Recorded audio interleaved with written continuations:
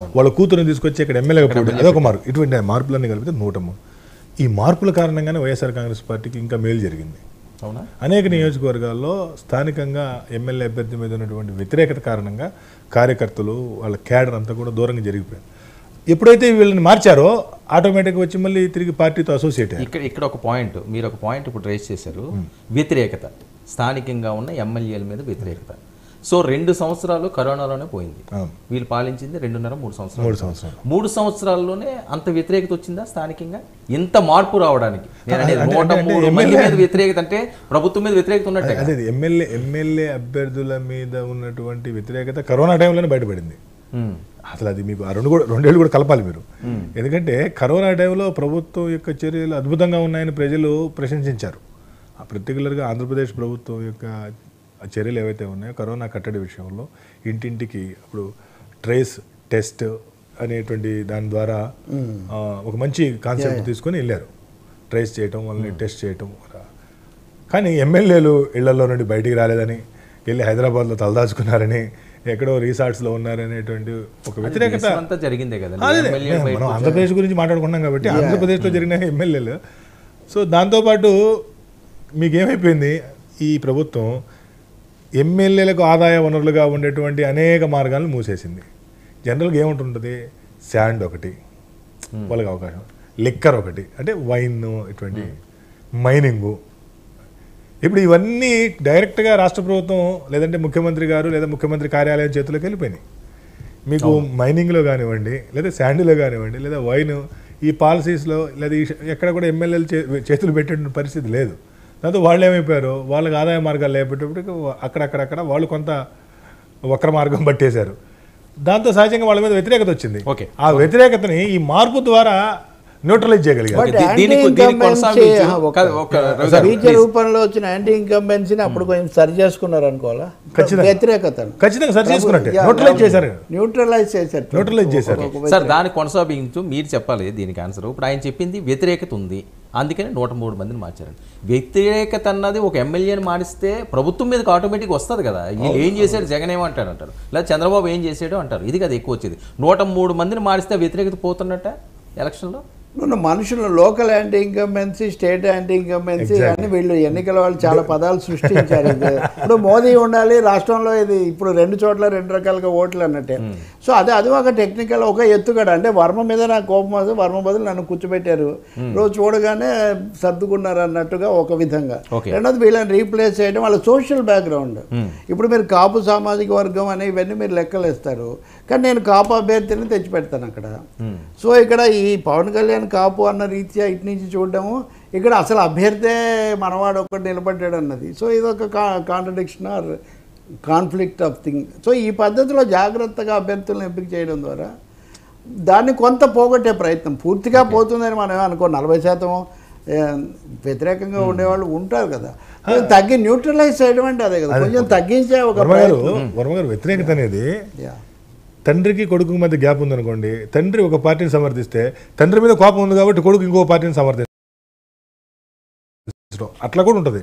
అట్లా ఒక కుటుంబం నుండి మొదలుకొని రాష్ట్ర స్థాయి వరకు కింద గ్రామ స్థాయి నాయకత్వం, నియోజకవర్గ స్థాయి నాయకత్వం, జిల్లా స్థాయి, వీటన్నిటిని కొద్దిగా అంటే ఏమంటారు స్థాన చలనం కలగజేయడం ద్వారా కొంత న్యూట్రలైజ్ పూర్తిగా చేస్తారని ఎక్కడ అనట్లా, కొంత న్యూట్రలైజ్ చేయొచ్చు. ఓకే, మరొక కీలకమైన అంశం ఈసారి అంత ఎక్కువ మార్చడం ఇదే ఫస్ట్. సగం మంది మార్చారు 103 మందిని. ఇంకొక విషయం మస్తాన్ గారు, చాలా మంది మాట్లాడుకున్నది ఈ ఫ్యాక్టర్ ఈ ఎన్నికల్లో ఖచ్చితంగా ప్రభావం చూపిస్తుంది అనుకునే అంశం చంద్రబాబు నాయుడు గారు అరెస్ట్ అవ్వడం. ఆయన జీవితంలో ఎప్పుడు కూడా ఎవరు ఊహించిన విధంగా కంటనీరు పెట్టుకుని వెక్కి ఏడవడం, ఈ సెంటిమెంట్ ఏమైనా కలిసి రాలేదా పొత్తు పార్టీలకి? అంటే 2 వేరు విషయాలు. దీనికి యాక్సెస్ మై ఇండియా వాళ్ళ పాయింట్ వర్మ గారు 2 విషయాలు ఏంటంటే, ఇందులో ఒకటి ఆయన అసెంబ్లీ సంఘటన తర్వాత ఏడవడం ఒక సంఘటన, రెండోది అరెస్ట్ కావటం. అరెస్టు అయినటువంటి సందర్భంలో తెలంగాణ అసెంబ్లీ ఎన్నికలు జరుగుతూ ఉన్నాయి, దాని మీద ఇక్కడ కేటీఆర్ గారు వ్యాఖ్యానించడం, దానివల్ల కూడా ఇక్కడ ఉన్నటువంటి తెలుగుదేశం పార్టీ అనుకూల వర్గాల్లో తీవ్ర వ్యతిరేకత వచ్చిందని ఆ రోజు మనం మాట్లాడుకున్నాం. ఇక్కడ నష్టం జరిగిన మాట వాస్తవం. ఎక్కడ పర్టికులర్గా హైదరాబాద్లో నష్టం జరిగిన మాట వాస్తవం. నష్టం జరిగితే అంటే రూరల్ ఓటింగ్ ఎక్కువ తెలుగుదేశం సింపథైజర్స్ ఎక్కడ తెలంగాణలో ఇక్కడ రూరల్లో లేరు కదా, మనం ఉంటుంది ఇక్కడే. కాదు మరి ఎక్కడ నష్టం జరిగింది? ఏమో కేసీఆర్కి ఏమో నష్టం జరగలేదు, సిటీ అంతా వాళ్ళే గెలుచుకున్నారు. ఇదే నేను లాస్ట్ టైం కూడా మీకు ఒక వివరణ ఇచ్చాను. 2018 అసెంబ్లీ ఎన్నికల్లో కాంగ్రెస్ పార్టీకి పోలేనటువంటి ఓట్ల కంటే 2023 అసెంబ్లీ ఎన్నికల్లో కాంగ్రెస్ పార్టీకి పోలేని ఓట్లు తక్కువ. ఆ తక్కువ ఓట్లు కూడా మేజర్గా ఆంధ్ర సెటిలర్సే కాంగ్రెస్ పార్టీకి ఎక్కువ ఓటేశారు. ఎందుకంటే ఇక్కడ ఉన్నటువంటి తెలంగాణ సెటిలర్స్ అందరూ కూడా వాళ్ళందరూ వాళ్ళ నియోజకవర్గాలకు వెళ్ళి వాళ్ళ ఎమ్మెల్యేని ఓడించి రావాలి అనేటువంటి కసితో హైదరాబాద్లో ఉన్న తెలంగాణ ప్రాంతం వాసులు అందరూ వెళ్ళిపోయారు. మీరు కనుక అప్పుడు చూసినట్టయితే ఇక్కడ మిగిలింది ఎవరంటే హైదరాబాద్లో పుట్టి పెరిగినటువంటి వాళ్ళు, హైదరాబాద్లో ఉన్నటువంటి Muslims, Andhra settlers, north India settlers, ఈ 4 వర్గాలే మిగిలినాయి. కాదు సార్, ఇప్పుడు ఎవరు ఎక్కడ ఓటు ఉంటే అక్కడికే వెళ్తారు. ఇప్పుడు అది ఓటు వేయకూడదు, నా ఎమ్మెల్యేని ఓడించకూడదు అంటే ఇక్కడ ఓటు ప్రాబ్లం కాదు. అదే కదా, ఒక్కొక్కరికి కనీసం అంటే 2, హైదరాబాద్లో ఉండే వారికి 2 ఓట్లు ఉన్నాయి, కనీసం 2, అక్కడక్కడ 3 ఓట్లు ఎందుకు లేకుండా ఉన్నాయి. హైదరాబాద్లో ఉండేటువంటి ఆంధ్ర ప్రాంతీయులకు అక్కడ ఓటు ఇక్కడ ఓటు కదా, అదే కదా అనుకుంటున్నాను. అది వేరు. హైదరాబాద్ లో కూడా ఉంటుందా? స్టేట్ లో కూడా 2-3 ఓట్లు ఉన్నాయా? పెట్టుకున్నారు. దానికి అదే కదా ఆధార్తో అనుసంధానం చేయాలనే గోల్ అదే కదా. అది ఎంత ఉంటుందండి ఆ పర్సెంటేజ్? అది చాలా చాలా సీరియస్. ఎంత పర్సెంటేజ్ ఉంటుంది దాని ఎఫెక్ట్ అంటే మీ అంచనా? రకరకాలుగా ఉన్నాయి. ఇప్పుడు మొన్న ఆంధ్రాకి ఓట్లు వేయడానికి తండోపతండాలుగా జన సునామీ వచ్చిందని ప్రచారం జరిగింది. 30 లక్షలు అన్నారు, 40 లక్షలు అన్నారు.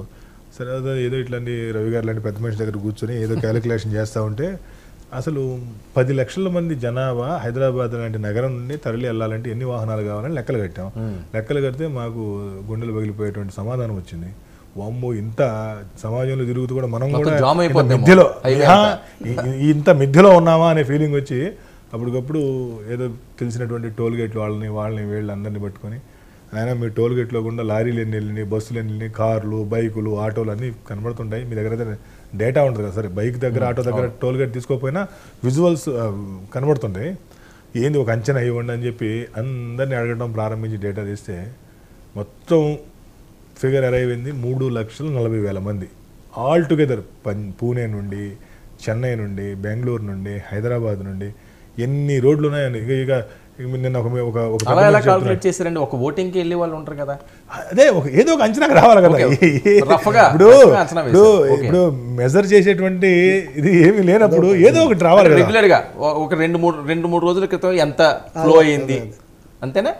తర్వాత 2 గంటల్లో ఎన్ని వాహనాలు వెళ్ళినాయి, వెళ్ళినటువంటి వాహనాల్లో లారీలు ఎన్ని, బస్సులు ఎన్ని, తర్వాత సికింద్రాబాద్ రైల్వే స్టేషన్ నుండి ఎన్ని ట్రైన్స్ వెళ్ళినాయి, ఒక్కొక్క సపోజ్ 16 బోగీలు ఉన్నాయి, బోగీలు ఎంతమంది ఉంటారు, 72 మంది ఉంటారు అంటే సగటున ఒక్కొక్క ట్రైన్కి ఎంతమంది ఉంటారు, 1000 నుండి 1100 మంది ఉంటారు. ఎన్ని ట్రైన్లు వెళ్ళినాయి? 34 ట్రైన్లు వెళ్ళినాయి. 34 ట్రైన్లు మొత్తం జగన్మోహన్ రెడ్డి గారిని ఓడించడానికి వెళ్ళారని అనుకుందాం కొద్దిసేపు.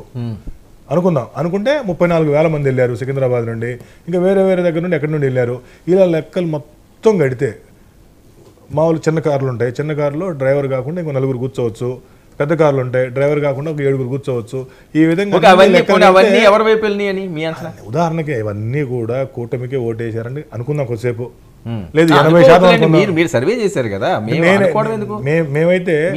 మేమైతే హైదరాబాద్ నుండి వెళ్ళినటువంటి వాళ్ళల్లో 70% మంది కూటమికి వేశారనేటువంటి ఒక నిర్ణయానికి వచ్చి 70% కలపడం జరిగింది. ప్రభుత్వ ఉద్యోగుల్లో 80% వేశారని చెప్పి 80% కాదు. ఇది కొద్దిగా ఇల్లాజికల్ అయినప్పటికీ నాకు చాలామంది అంటున్నారు, లేదండి లేదంటే ఎంప్లాయీస్ సుమారుగా 1,20,000 కొత్త ఉద్యోగాలు వచ్చినాయి, వాళ్ళందరూ సాలిడ్గా వైసీపీకి వేశారంటే సరే బెనిఫిట్ ఆఫ్ డౌట్ కింద అన్నట్టుగా వాళ్ళకే. అంటే ఎందుకంటే మేము గెలుస్తున్నటువంటి పార్టీ వైపు చిన్నచూపు చూస్తాం. అంటే గెలుస్తున్న పార్టీ ఏదైతే ఉందో వాళ్ళకి ఓట్ల విషయంలో, సీట్ల విషయంలో కొంత చిన్న చూపే మాది. ఓడిపోతున్నటువంటి పార్టీ విషయంలో కొద్దిగా వీలైనంతగా ఎక్కువ ఓట్లు యాడ్ చేయడానికి ప్రయత్నం చేస్తూ ఉంటాం అనమాట. కాబట్టి ఆ విధంగా వేసుకున్నా కూడా అదనంగా 3,40,000 మంది మాత్రమే వేరే ప్రాంతాల నుండి కొత్తగా ఆంధ్రప్రదేశ్కి రావడం. మస్తాన్ గారు ఆ రోజు మన మధ్య చర్చ కొద్దిగా వచ్చింది, దాని మీద అనేక దుమారం కూడా రేపారు. తర్వాత నిజంగా ఆ రోజు నేను అడిగింది మిమ్మల్ని ఈ పాయింట్ కదా, క్లారిఫై ఏమన్నానంటే వెళ్ళిన వాళ్ళందరూ ఒకరికే అని, లేదా ఉద్యోగులు వ్యతిరేకమైనా కానీ అందరూ ఎలా చెప్తాం 20% ఎంతో వేస్తుంటారు కదా. ఇదే నేను ఆ రోజు అడిగింది వాస్తవానికి. దాన్ని ఏంటంటే కొంతమంది చాలా చేసి ఇంకా 3వ మడుగు పొలిటికల్కి వస్తుంది. నేను ఇప్పుడు కూడా అడుగుతాను, బీజేపీ కలవడం వల్ల నష్టం వస్తుంది కూటమికి అని పెద్ద దుమారం ఫస్ట్ అంతా సాగింది. కానీ ఇప్పుడు చూస్తే పార్లమెంట్ సీట్లు ఎక్కువగా వస్తున్నట్టు కూడా మస్తాన్ చూపిస్తున్నారు. ఆ రోజు నేను ఏదో అనాలి రవి గారు అని చూస్తున్నారు అన్నారు కానీ అలా కాదు. కానీ పొలిటికల్ పాయింట్ అయితే దాంట్లో ఉందంటే బీజేపీ కలవడం వల్ల పెరిగిందా సౌలభ్యం కలిగి ఏమైంది సార్? బీజేపీ కలిస్తే పెరగడం తగ్గడం కంటే కూడా బీజేపీ లేదా తెలుగుదేశం పార్టీ వ్యతిరేక ఓటు అయినటువంటి ఓటు అంటే కాంగ్రెస్ ఐడియాలజీ ఉన్న ఓటు అంతా కూడా స్ప్లిట్ అయింది. ఏ విధంగా స్ప్లిట్ అయింది? కాంగ్రెస్ పార్టీగా, వైఎస్ఆర్ కాంగ్రెస్ పార్టీగా స్ప్లిట్ అయింది. కాంగ్రెస్ వ్యతిరేక ఓటు బ్యాంక్ అయినటువంటి ఓటు యునైట్ అయింది భారతీయ జనతా పార్టీ.